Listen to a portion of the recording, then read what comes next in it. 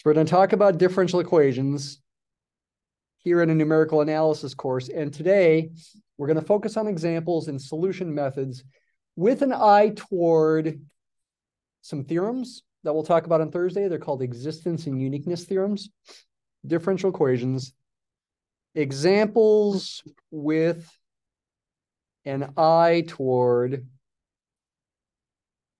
keeping our eyes on existence and uniqueness theorems. So we're going to be building up our examples towards that end.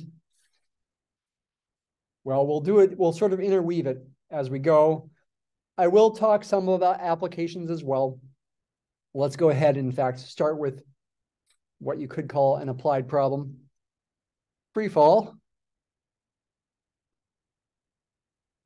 Of course, it would be more interesting to do it with air resistance, but for the sake of simplicity today, let's do it without air resistance. Without air resistance.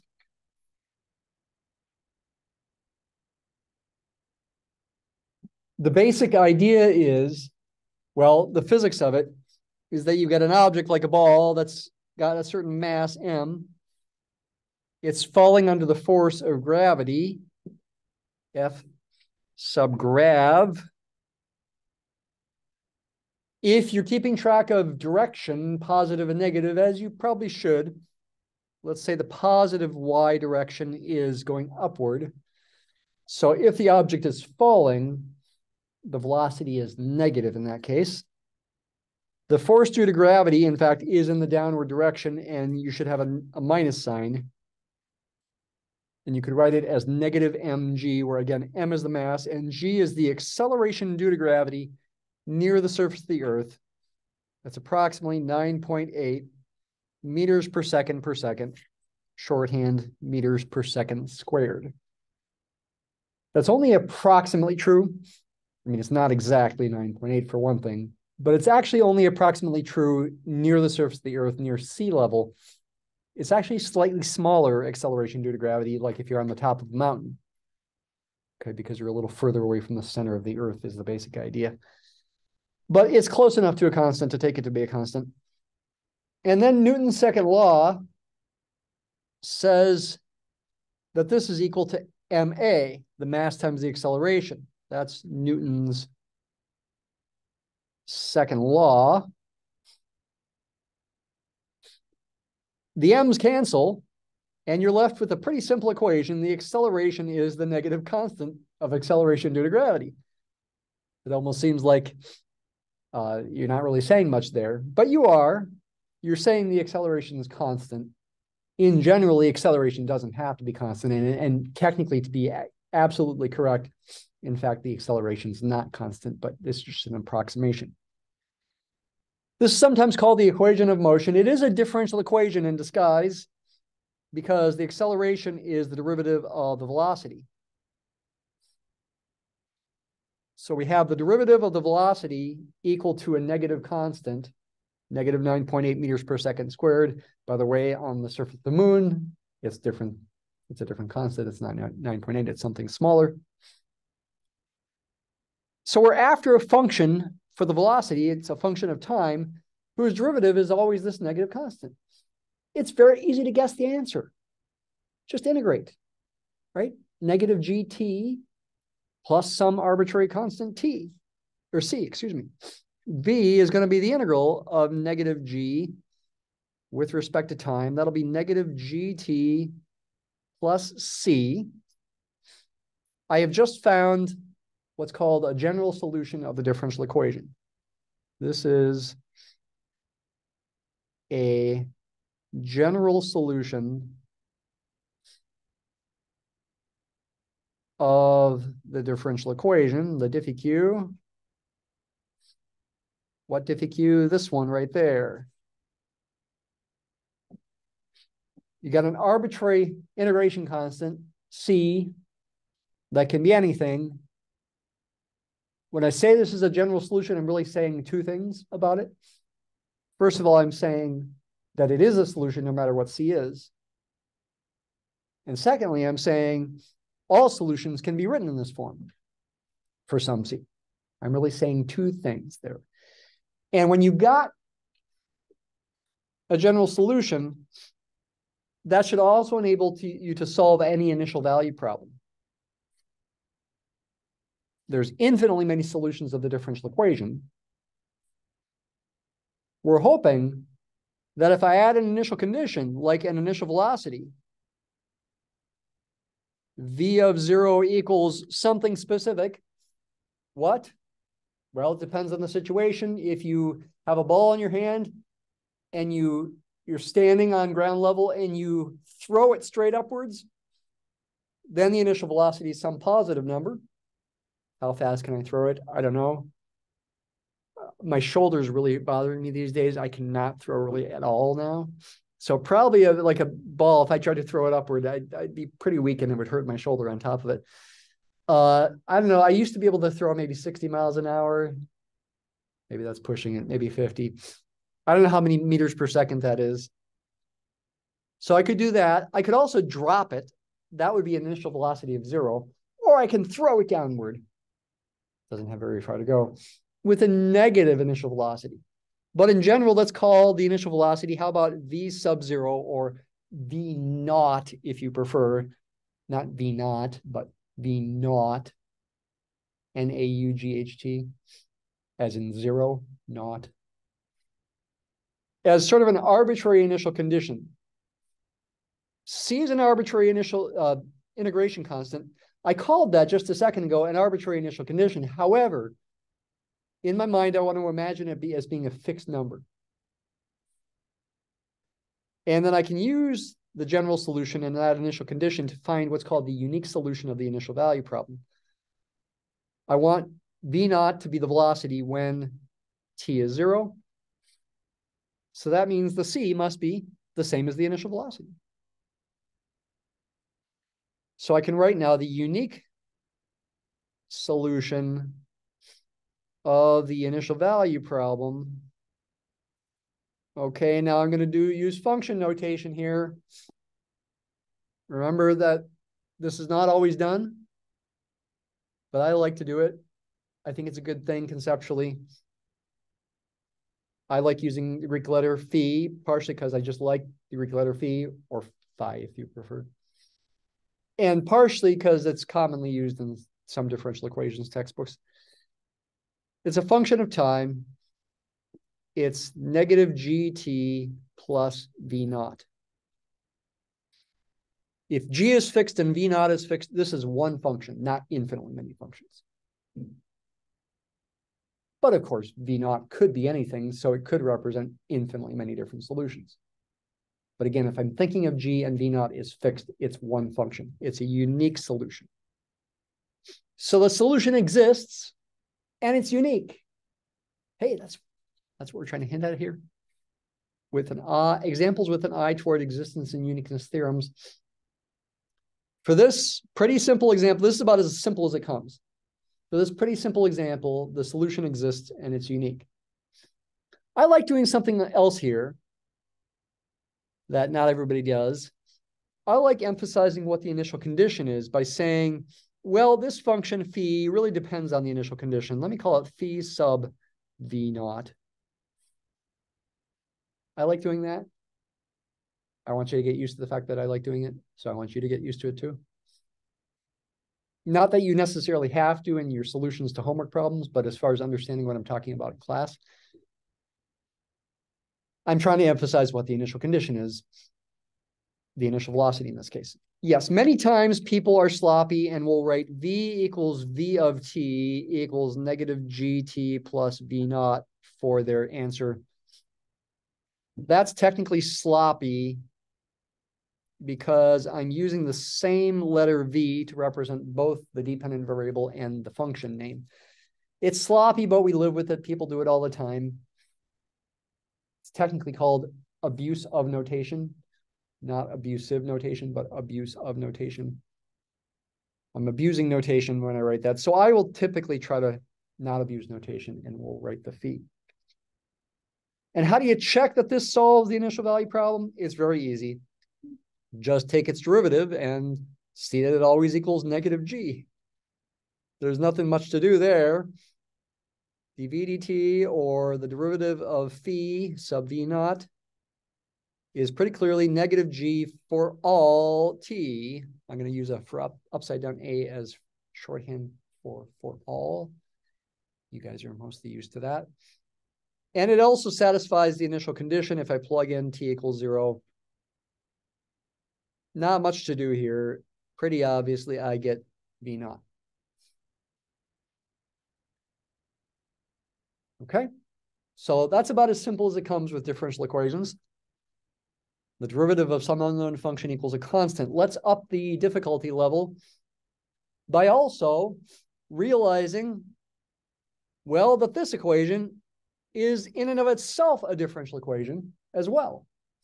Because, hey, v is dy dt. So the solution is itself a differential equation because the dependent variable v is also a derivative of some unknown function, the height. So let's write that down. So this is our second differential equation example. So dy dt equals negative gt plus v naught. And let's go ahead and add an initial condition in there. Y of 0 equals y naught. I love that. Y naught.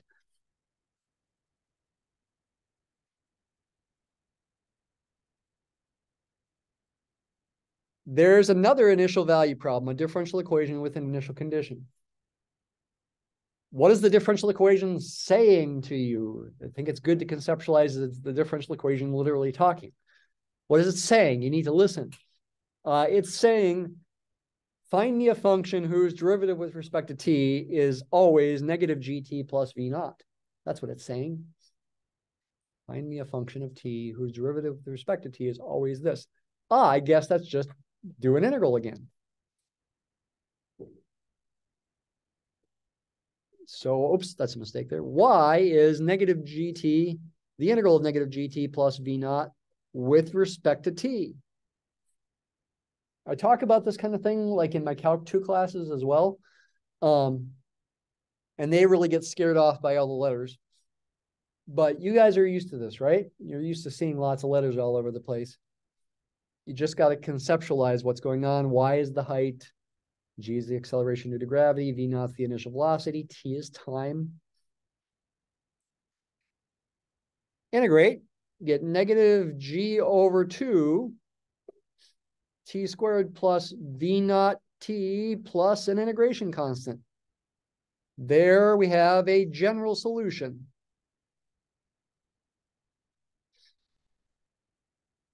Of not the initial value problem, but the differential equation. Again, what does that mean? It means two things. Should know this. It means any function of this form where c is any number is a solution. Its derivative is always negative gt plus v naught. And it also means any solution is of this form. Any solution of that equation, any function that solves it, has to be of this form for some number c. And then you can solve the initial value problem. Once again, c ends up being the value of the initial condition. That doesn't always happen. We will see examples where it doesn't happen. Oops. Plug in 0. Negative g over 2 times 0 squared plus v naught times 0 plus c simplifies to c. Yes, c is the value of y naught. Therefore, the unique solution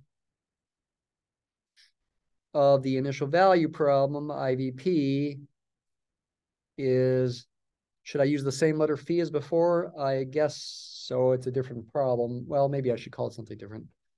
How about a fancy phi? There's a fancy phi. Seen that before? There's two phis. There's ordinary phi, which just looks like the empty set, and then there's fancy phi that's a little bit more cursive looking of t, and this is going to depend on y naught.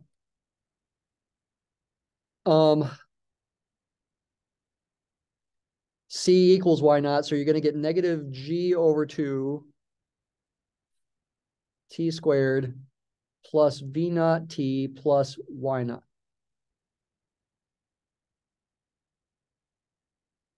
Okay, I used a different phi. I didn't have to. I was just trying to emphasize that these are different examples, though they're related to each other. Once again, with an eye toward existence and uniqueness, the solution exists. Okay, and you can use this to solve problems in physics. What about a problem in, how about probability?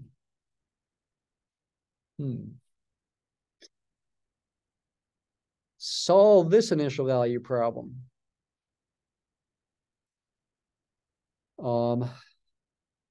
Dy dt equals, let's make it 1 over square root of 2 pi e to the negative x squared over 2, y of 0 equals 1/2. The solution of this initial value problem is very famous. You think you know what it is? What? The error. Well, it involves the error function, but at a more basic level from prob and stats, the unique solution of this initial value problem is the CDF, cumulative distribution function of the standard normal distribution, right? This is the PDF of standard normal distribution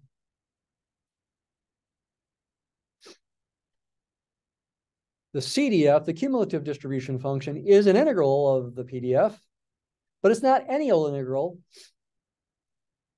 It's got to have a limit as x goes to minus infinity of 0 and as x goes to plus infinity of 1. And in fact, for the standard normal, because of symmetry around 0, half the area has got to be to the left of 0 and half to the right. Therefore, y of 0 must equal 1/2. This is the PDF here. The CDF that we're after has a graph that looks like this.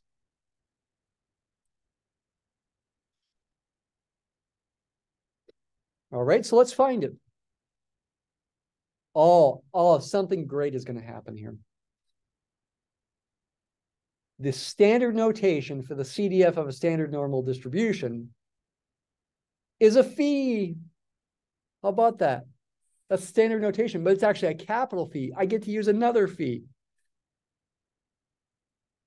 Y equals capital phi of t. That is standard notation for the CDF of a standard normal distribution. I'm not joking. Should I put a subscript of 1/2? I won't bother. But what is its formula?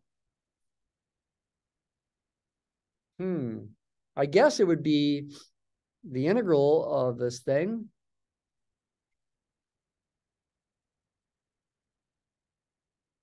Oops, I'm using switch from x to t.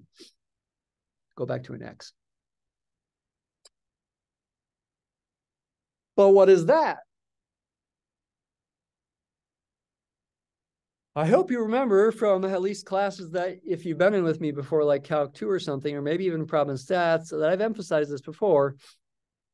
This integral cannot be done. What? This integral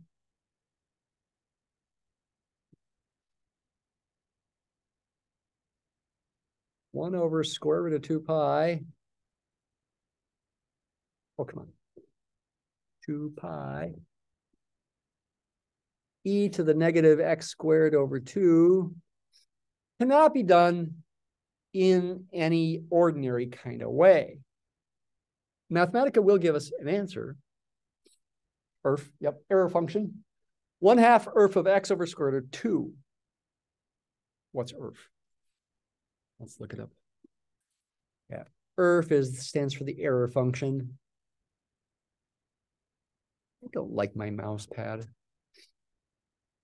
It's too big.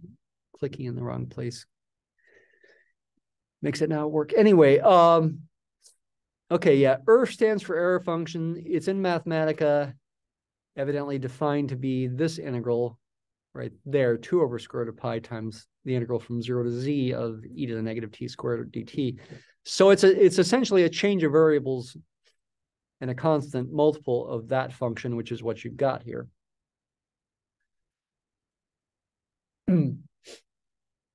But that's not an ordinary function. That's the technical name for it is that's not an elementary function.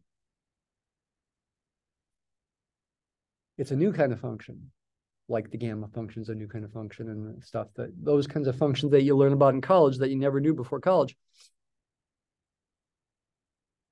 There are hundreds of them out there. Jacobi functions, Weierstrass functions, they're all named after a bunch of people. It can be plotted. I plot this thing. It looks like I drew it. Well, not quite. It's got the right shape, doesn't it? But it's going through the origin, not through 0, 1/2. I guess I got to just shift it up by 1/2. There we go.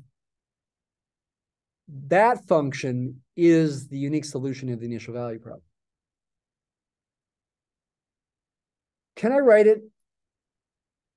What's another way I can write it? I can actually write it as a definite integral in a few different ways. I could write it as we do in problem stats, as the integral from minus infinity to x of the PDF, 1 over square root of 2 pi e to some power squared over 2 d something. If I do that, what should I call the variable? Well, something other than x. Okay, I'll use a t. Maybe I should have used a c. Actually, that's what I do in problem stats, is I use c. That's one way to represent the answer. Here's another way to represent it. It also is 1/2 plus the integral from 0 to x of 1 over square root of 2 pi e to the negative t squared over 2 dt. And there's no plus c's anywhere. You're just representing the function as an integral, a definite integral, technically speaking, where the upper limit of the integral is a variable. And these do turn out to be equal. It turns out. That needs proof, but it does turn out that they're equal. You do have to show that the PDF truly is a PDF and it integrates to 1 is the key thing to prove that. Mathematica will tell us that it integrates to 1. Oh, where'd it go?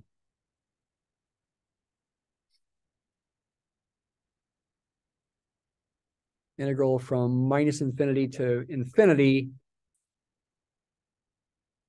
of the PDF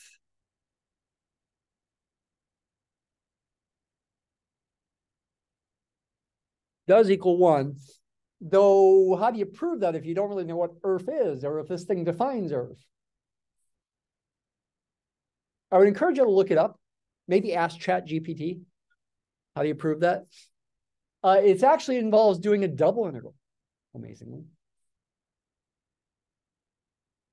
And the conversion to polar coordinates of all things. Look it up. It's pretty cool, actually. Do a double integral, convert it to polar coordinates, and then a little trickery. And you can show this integral equals 1. It's amazing. Can't do it really any other way that I know of. At least there might be some other way, but I don't know of any other way. So does the solution exist? Yeah, it does. Is it unique? Yes, it is. This is the unique solution of this initial value problem. It's just more abstract.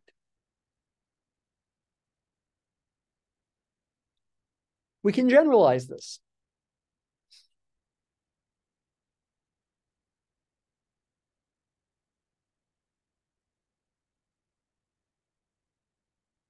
I'll go back to using t for the independent variable to an arbitrary differential equation of this form with initial condition. Let's assume this function f is continuous. over some open interval. I mean, it could be in the entire real number line.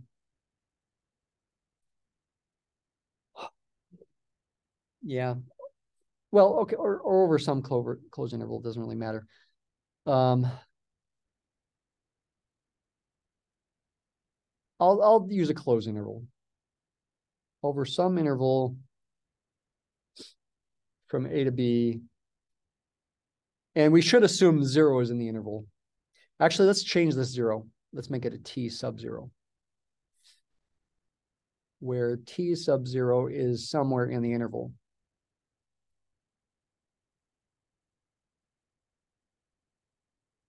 Usually T sub 0 is 0. We do call it an initial condition, the condition of the value of y when time is 0. But I'll allow for a little bit more generality here. Allow for an arbitrary initial time as well as initial value of y. If f is continuous, this has a unique solution. And the reason why it has a unique solution is really the fundamental theorem of calculus. The fundamental theorem of calculus ends up implying that y equals, I'll call it phi sub y0 of t, equals y0 plus the integral from t0 to t of little f. Or should I use it? And x, how about xc? F of c dx is a solution of the initial value problem. It also turns out to be unique. Why does the fundamental theorem of calculus imply that this is a solution? Because the fundamental theorem of calculus tells you how to integrate or how to differentiate something like this. Why the FTC implies that phi sub y0 prime of t is, well, that's a constant, its derivative is 0. And then if we differentiate an integral where the variable is in the upper limit of the integral, it's like the derivative and the integrals cancel each other out and you're left with the function f. But then instead of a c, you should use a t. And this is true for all t in the interval from A to B. I used a closed interval. I could have used an open interval. It could be that f is continuous over the entire real number line.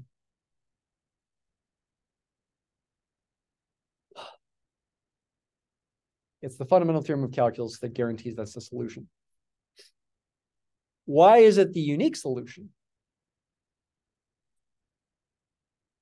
Because any other antiderivative, this is a consequence of the mean value theorem. Any other antiderivative of little f will differ from this function by a constant. But they got the same initial value, so the constant has to be 0. It's okay if I don't write that down. Uniqueness would follow from the fact that any two antiderivatives of the same function on a given interval differ by constant. If you had some other solution, it would equal this function plus some constant c, but the c would have to be 0 because they've got to go through the same point. E0 comma y0.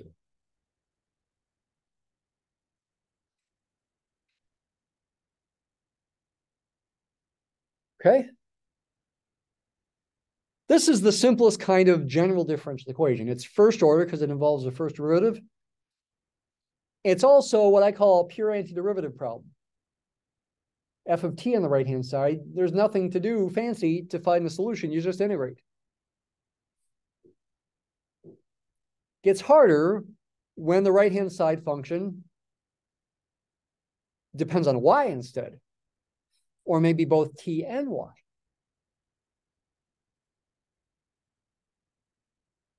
Again, as we mentioned last Thursday, the simplest example of that type, dy dt equals some function of y is dy dt equals y. Let's generalize a little bit and I'll include an arbitrary constant k times y. This is now a function of y. K is a constant.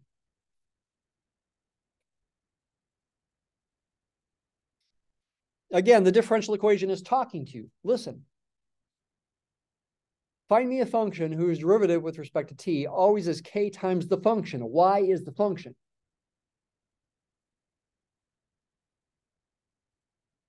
By guessing, educated guessing, the general solution, or a general solution, is y is an arbitrary constant c times e to the kt. Any function like that has the property that its derivative is k times itself, because when you differentiate this, c and k are constants. Differentiate this, the chain rule gives you an extra factor of k. In other words, this is k times the function, k times y for all t.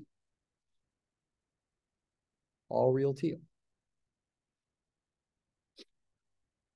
Again, what does it mean to be a general solution? It means that certainly any function like this is a solution. C can be anything. K does have to match this k. I mean, the k over here could be arbitrary, but the k over here has got to match that k. And also you can prove, though it's harder, that any solution must be a function of this form. But what if you couldn't guess it? What if you're just having a hard time guessing? What if it was a harder problem? Can you find a general solution some other way? Yeah, you can separate variables. You could pretend dy dt is a fraction and multiply both sides by dt to get the dt on the right side. And I'd like to get this y over on the left side, so divide both sides by y as well. Separate variables, the t and the y get separated. So you have y on the left side and anything involving t on the right side. I've rewritten the differential equation as dy over y equals k dt. And the physicists and engineers jump for joy. They love doing that kind of thing. And the mathematicians are like, wait a minute, why? Derivatives are not fractions. Why can we do this? Well, it's a quirk of Leibniz notation. I can briefly explain why we can do this. After we solve it. Then I'll explain why we can do it. So separate variables, write it like that.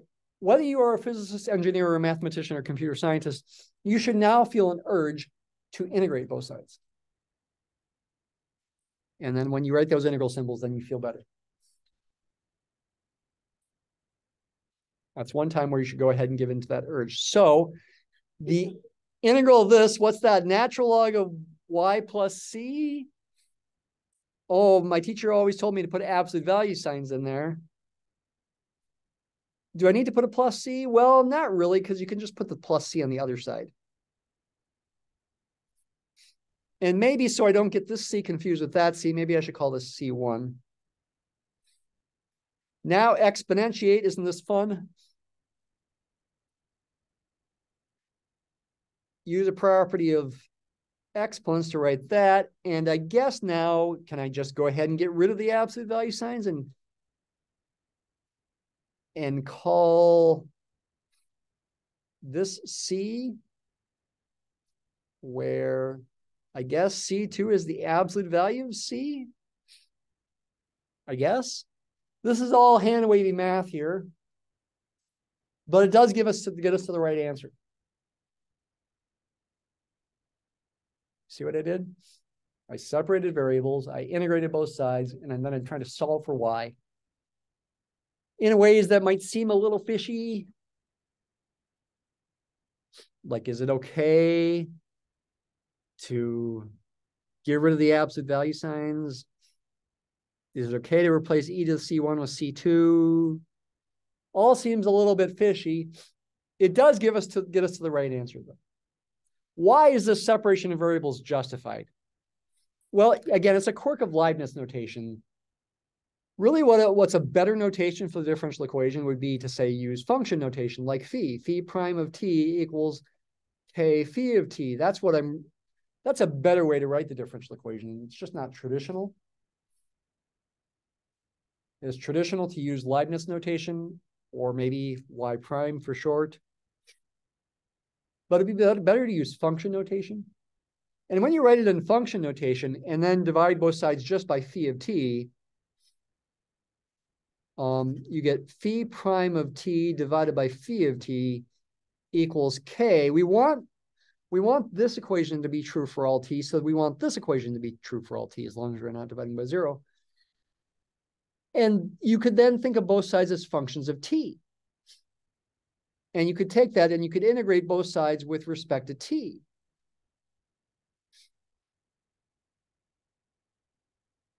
And that would be fine. But how do you do the integral on the left? It looks hard. Well, if you do a substitution, it becomes the integral on the left over here. If you let y equal phi of t, I'm just changing variables. Usually it's called u or w in calculus. But here we're calling it y, then y prime or dy dt equals phi prime of t. And after the substitution, the integral on the left becomes the integral of 1 over y dy, just like we had up here.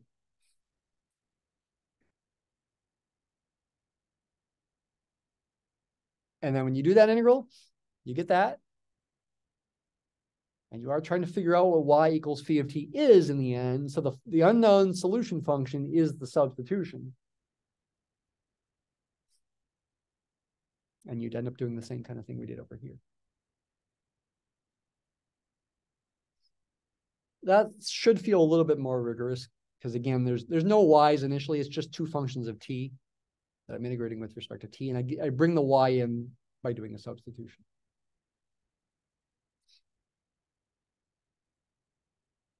I guess technically I should write dy equals phi prime of t dt. And that's where the dy comes from. That may feel like a little funny as well, but I'm not going to take the time to try to justify that.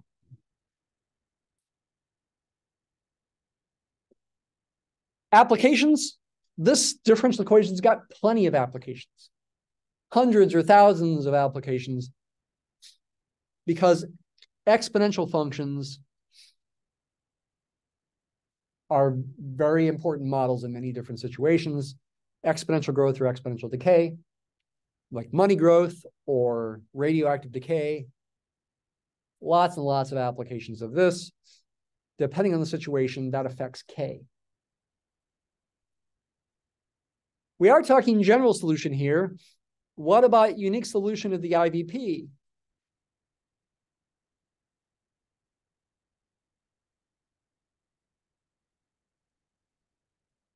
Where I added an initial condition. How about y of 0 equals y naught? We got to solve for the C. And this time, once again, C does happen to equal the value of the initial condition. But that's not necessarily true in general. We haven't run across an example yet where it's not true, but C doesn't always equal the value of the initial condition. So this one function, if K and y naught are fixed, is the unique solution of the IVP.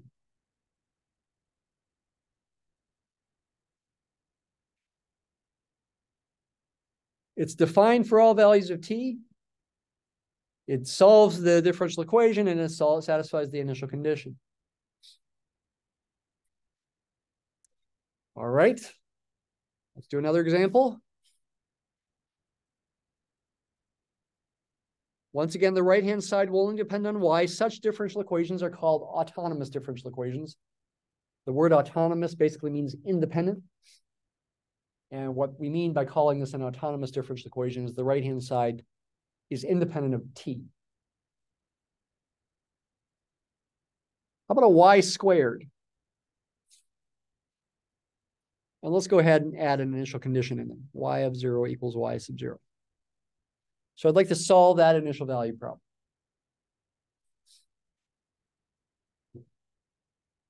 The differential equation is talking to you. Find me a function of t whose derivative is always the function squared. By the way, in case it's not clear, f is not a solution.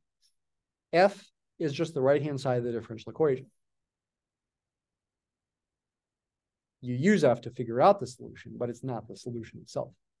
We will use f on Thursday to talk about something called slope fields. We've done slope fields before. Geometric representation. But here today, we're just focused on symbol pushing. Separate variables again here. Divide both sides by y squared and multiply both sides by dt.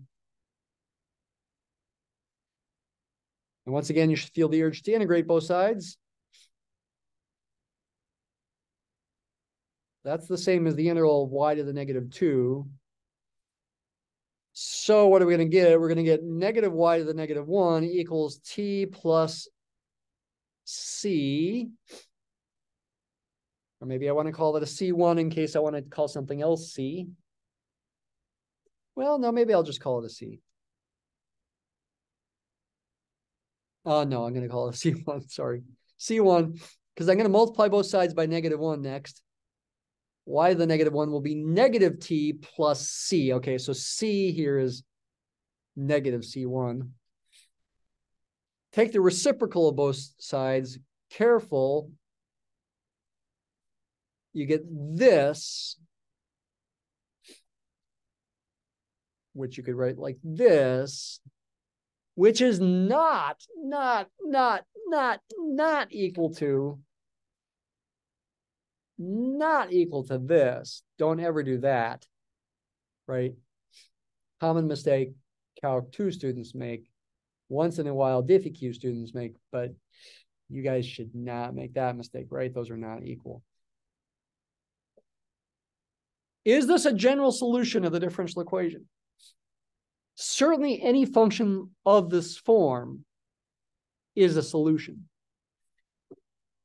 But there's actually one solution that's not of this form. So I'll call it a general solution, but it's not quite as ideal as the other examples. Maybe I should call it an almost general solution. I've never done that before. That's the first time I've decided to call it an almost general solution. Again, any value of c will make this a solution, but there is one solution that's not of this form. What solution is that?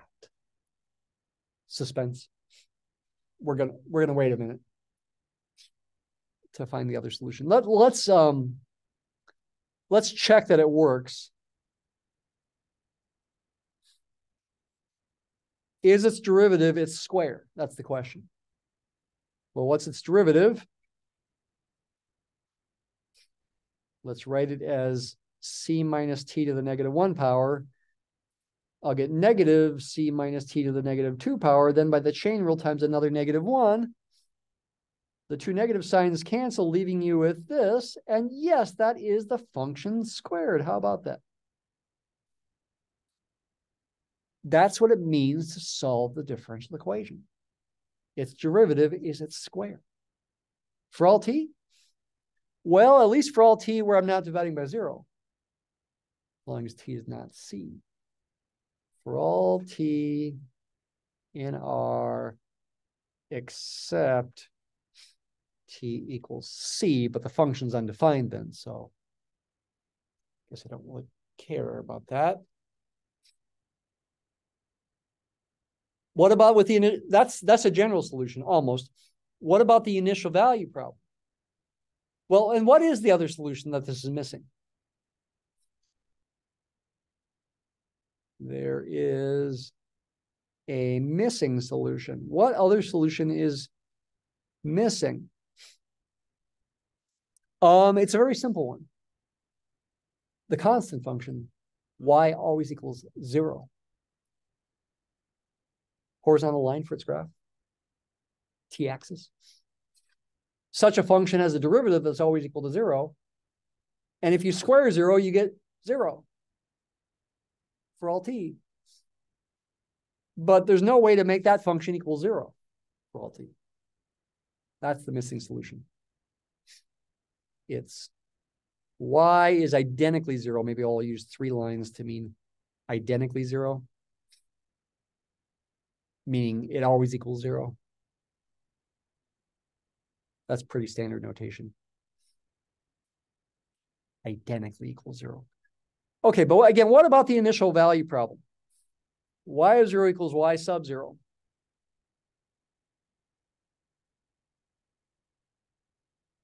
I guess solve for C, I guess, huh? Plug in 0. Solve for C. I guess C is not the initial condition. It's 1 over the initial condition, as long as the initial condition's not 0. So we're almost done. So the unique solution of the initial value problem is this. And that's a y sub 0 there. And amazingly, if I try to get rid of these fractions within fractions by multiplying the top and the bottom by y naught, amazingly, I get a function that is defined for all y naught, and it includes every solution, including the trivial solution, y is always 0. I don't have to worry about dividing by y0 equals 0 there. Of course, if y0 does equal 0, this is 0, but that's 0 too. And I have 0 divided by 1, which is always 0. So this is kind of like a better general solution if you let y0 be, y naught be arbitrary. I mean, I could call it C now. I could say C over 1 minus CT. And that would be, in a sense, a better general solution because it solves any initial value problem. But I can still use the one that almost worked, and with a little trickery, write it like that. And amazingly, this does satisfy the IVP for any initial condition, including 0.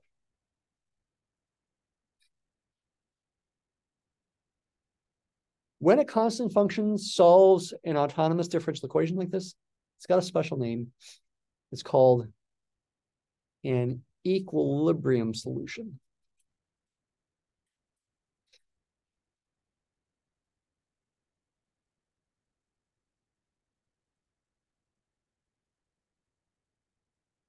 Something a little weird is going on here still, though.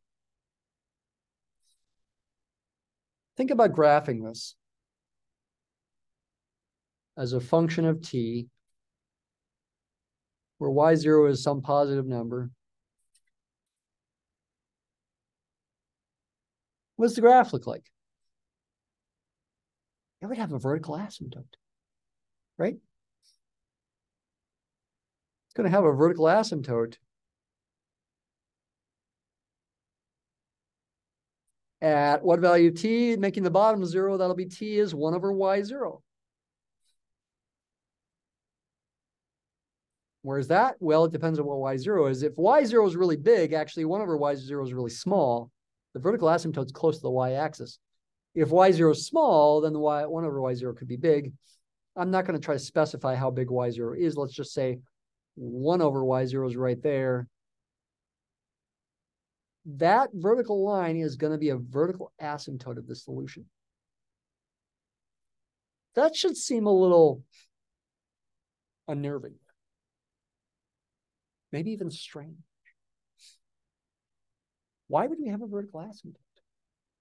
I mean, there's nothing in the original differential equation that would hint at the fact that there's going to be a vertical asymptote, right? There's no vertical asymptote there. Y squared doesn't have a vertical asymptote.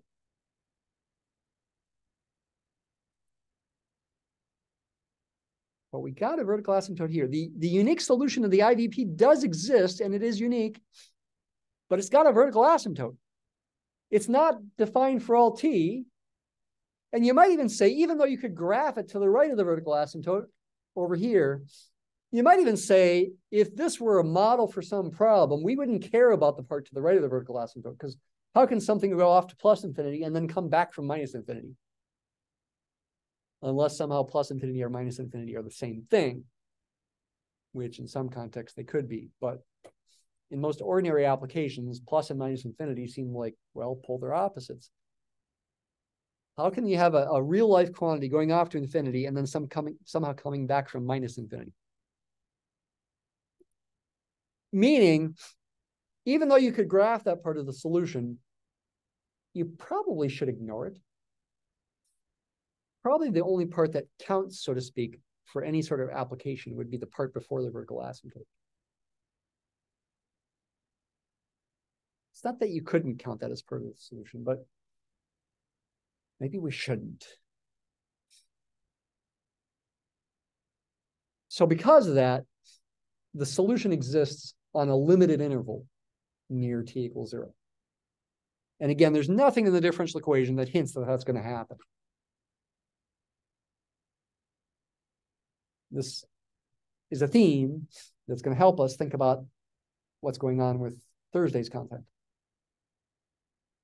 Your function is nice there, but maybe not nice enough for solutions to exist on a big enough interval that you might be interested in. And if you go back and do the reading in section 5.1, that is one of the themes that the author tries to get across, is we need assumptions about the function over there. Okay, I would like to get us out early today, so I want to try to shoot for finishing in, well, certainly within 15 minutes, maybe 10 minutes here. Next example, the right-hand side is going to depend on both t and y. If it only depends on t, it's a pure antiderivative problem. If it only depends on y, it's an autonomous equation. If it depends on both t and y, well, then it's just a harder problem, a more general first-order differential equation. What's the simplest example I can think of that depends on both t and y? How about t times y? I could also do t plus y, and we will, but let's try t times y first. T times y, I'm after a function whose derivative with respect to t is always t times the function. That's what the differential equation is saying to you. Could we guess an answer? Maybe, with enough trial and error. But we actually can separate variables here. Divide both sides by y and multiply both sides by dt, and then integrate. Got the y's on the left side and the t's on the right. ln of the absolute value y equals 1/2 t squared plus, call it c1, say. Exponentiate the absolute value of y equals e to the c1, e to the 1/2, or e to the t squared over 2. Okay, get rid of the absolute value signs and just call the constant c. Looks like that is a general solution.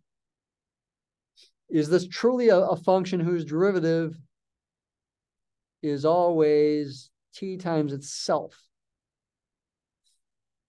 Use the chain rule to differentiate that, and when you differentiate the inside function, you get an extra factor of t. Almost like magic. So this is t times the function itself. This is t times y for all t.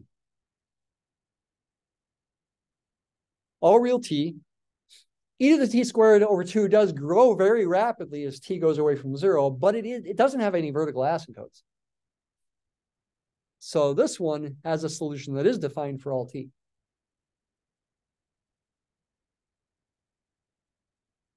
Okay, how about dy dt equals f of ty equals t plus y, another simple looking such equation where the right-hand side depends on both t and y.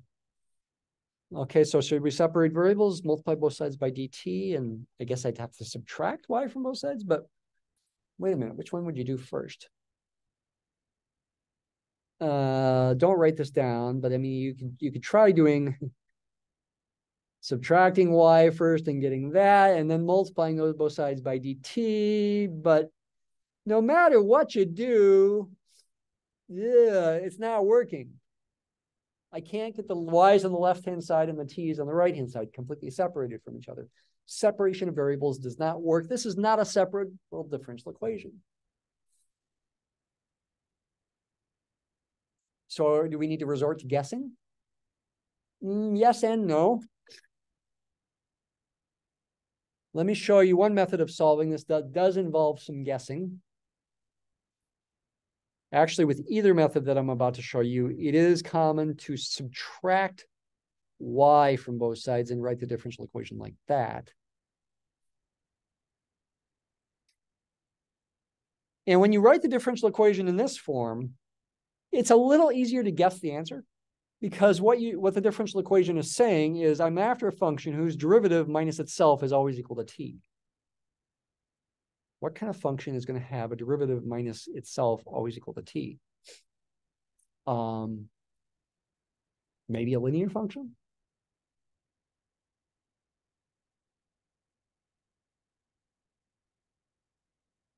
Y equals at plus b for some a and some b?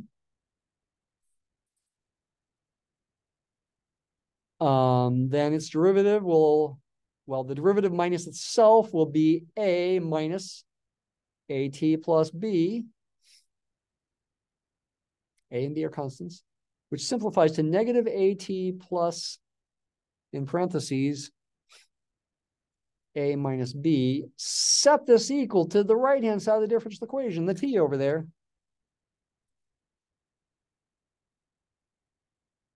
Are there choices of a and b that'll make that work no matter what t is? Yeah. Let a equal -1 and a minus b equals 0. So b would be +1. This results in a system of algebra equations. Negative a equals 1, the coefficient of t, and a minus b is 0, the constant term. This is like what we're doing in abstract algebra, except not modular arithmetic here. So a is -1, and then that means b is, did I say +1? Also -1. So y equals -t minus 1 looks like a solution. But it's only one solution. I couldn't use that to solve any initial value problem. What about the infinitely many other solutions? That's where guessing comes into play. Well, I guess we already did some guessing. That's where more guessing comes into play. You consider something called the associated homogeneous equation.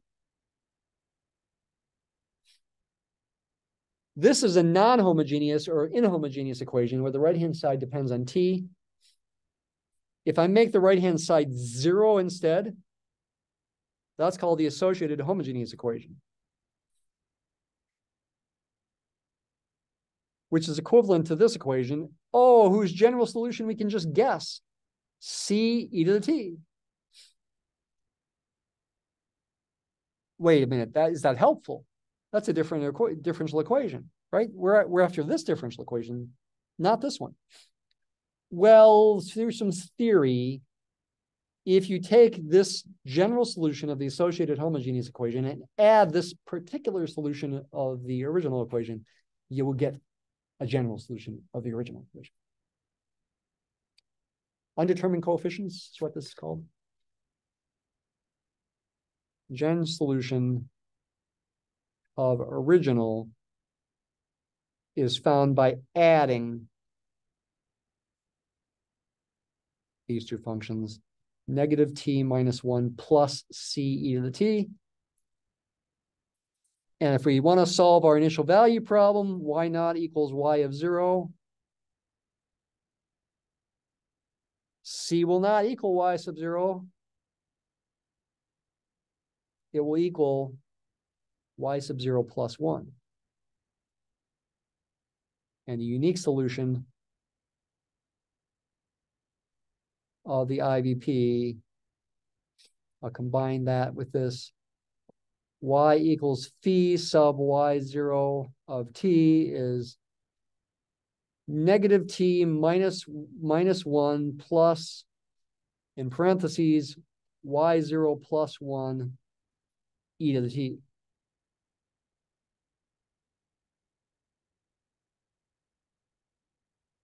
If I've not made a mistake.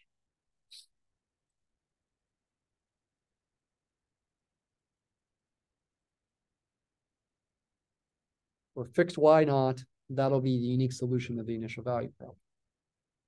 There's another way to solve it, and we'll end with this other way to solve it. You remember integrating factors.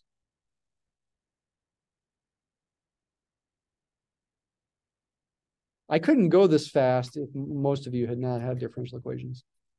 And if you haven't, you may want to rewatch the video since I've gone fast.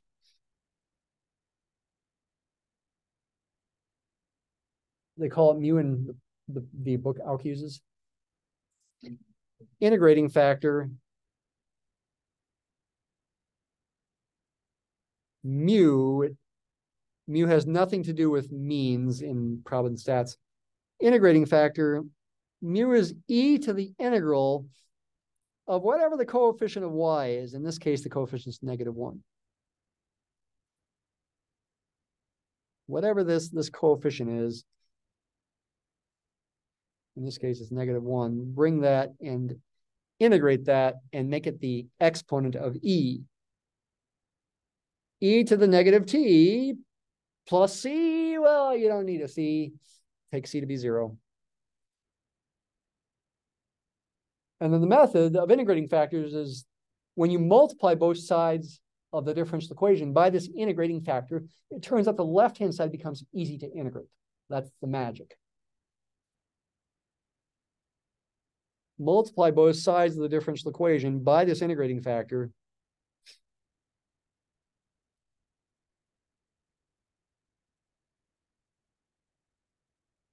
And it turns out, through some magic, the magic of integrating factors, that the left-hand side is easy to integrate because it's the derivative of e to the negative t times the unknown function y. Y is a function of t.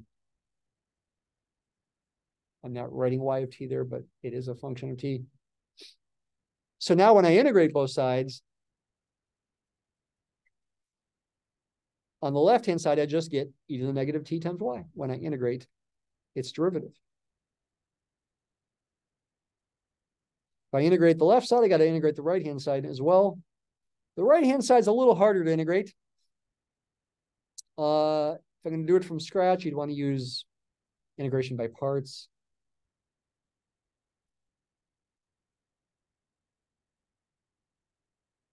Like that.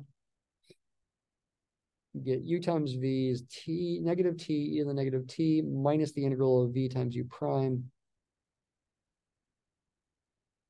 And then if you do that integral, you get minus e to the negative t plus c. I'll put the integration constant over there. To finish solving for the general solution here, multiply both sides by e to the t so you could get y isolated. Y is going to be, multiply everything by e to the t. The e to the negative t's cancel. So we get negative t minus 1 plus c e to the t. How about that? Same answer as before. It's just multiplied by e to the positive t so that I could solve for y. Yeah, I had to get the same answer as before.